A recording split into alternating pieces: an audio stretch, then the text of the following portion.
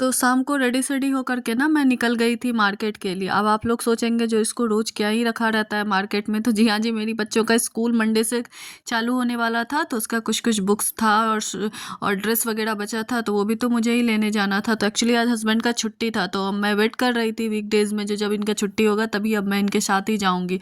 और मैनेज तो आपको खुद ही सब कुछ करना पड़ता है। तो फाइनली आज शाम में ना मैं बोली नहीं चलिए आज ले ही लेती हूँ, क्योंकि कल से फिर रामनवमी चालू हो जाएगा, कल रामनवमी रहेगा, तो कल टाइम नहीं, बिल्कुल भी नहीं मिल पाएगा। तो फाइनली हम लोग पहुँच गए थे इस शॉप पे। हम लोग ना स्कूल का ड्रेस इसी शॉप से लेते हैं, और छोटी सी दुकान है, और देख रहे हैं कितनी इतनी ज़्यादा भीड़ है ना।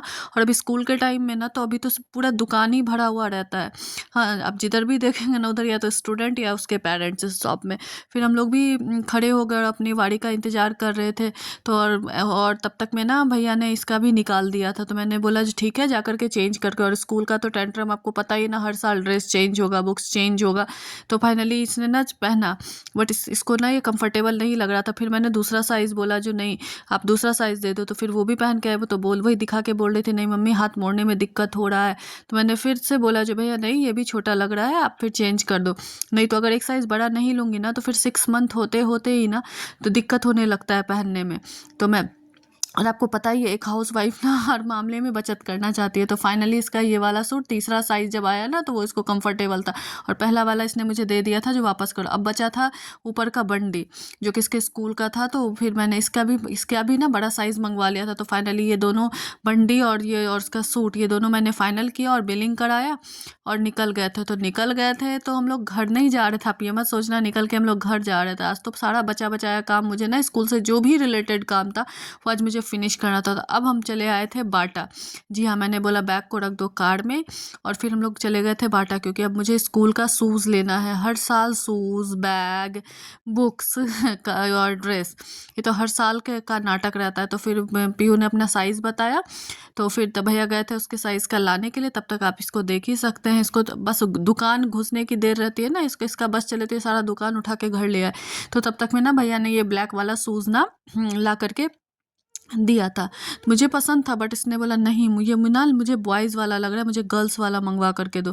तो फिर मैंने भैया को बोला नहीं आप इसे लेस वाला लो, क्योंकि मैंने कितना भी इसके कॉन्सेप्ट को क्लियर करने की कोशिश की, ये मानने को रेडी नहीं हुए। तो फाइनली उसने ना वो लेस वाला ही लिया। अब बारी था इसके स्पोर्ट्स शूज़ का, मुझे ये भी चाहिए, मुझे वो भी चाहिए। इसको ना ले जाना ना आप खर्चे से खाली नहीं रहता, इसको किसी भी शॉप पे अगर आप ले लो तो वो नहीं मुझे स्पोर्ट्स शूज़ चाहिए, ये चाहिए। तो फाइनली मैंने बोला ठीक है चलो वो भी ले लो। हाँ, क्योंकि बच्चे के शौक तो हम ही लोग पूरा करते हैं ना। तो फिर ना फाइनली उसका स्पोर्ट्स शू भी ना मैंने पसंद कर दिया था, ये कलर ज़्यादा अच्छा लग रहा था। तो मैंने बोला नहीं ब्लैक, मैंने बोला लो, तो बोली नहीं मुझे अच्छा नहीं। और आजकल के बच्चों का तो ना आपको उसके ही पसंद के अकॉर्डिंग चलना पड़ेगा। तो फाइनली ये देख रहे हैं जो ये पहन करके ना ये चल रही थी, मैंने बोला चल के देख लो कंफर्टेबल है कि नहीं है। तो फिर हो गया था सारा चीज़ सेलेक्ट। तो फिर हम लोगों ने कराया बिलिंग, और फिर वापस से आकर के हम लोग बैठ गए थे अपनी गाड़ी में। और अभी भी हम लोग घर नहीं जा रहे थे, अभी और भी बचा हुआ काम था। तो फिर हम लोग पहुँच गए थे ना ये बुक्स की शॉप पे, स्टेशनरी पे, क्योंकि अभी ना बड़ी वाली बेटी का बुक्स अभी बाकी था।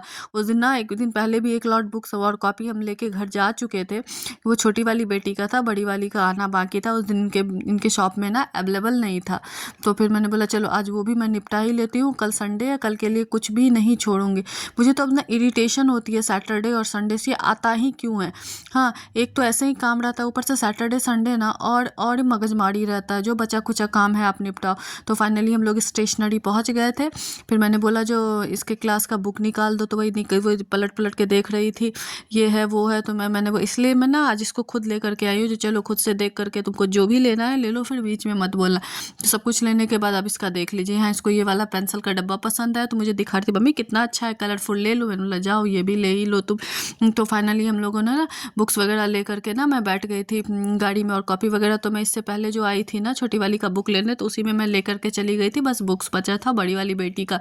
तो फाइनली मैंने सब कुछ लिया। अब लास्ट में तो ये ना आइसक्रीम पार्टी तो बनती ही, अभी चल रहा है नवरात्रा, तो बाहर तो हम लोग और कुछ खा नहीं सकते हैं। हाँ, तो हम लोगों ने सोचा चलो जाते जाते ना हम लोग आइसक्रीम खा करके घर चले जाएंगे, क्योंकि इतना मार्केट घूमते घूमते ना इतनी थकावट हो गई थी क्या ही बोलूँ। तो सबने अपने अपने पसंद का आइसक्रीम ले लिया था। हाँ, और ये देखिए छोटी वाली को, और फाइनली हम पहुँच गए थे घर। सबने तो रास्ते में ही खा लिया, तो मैं बट आराम से खाना चाह रही थी, तो मैं फाइनली घर पहुँच गई थी। और फिर मैं अपने आइसक्रीम को ना एकदम मज़े में ना खा रही थी। तो गर्मी में इससे बेस्ट कुछ हो ही नहीं सकता है। तो बाय बाय।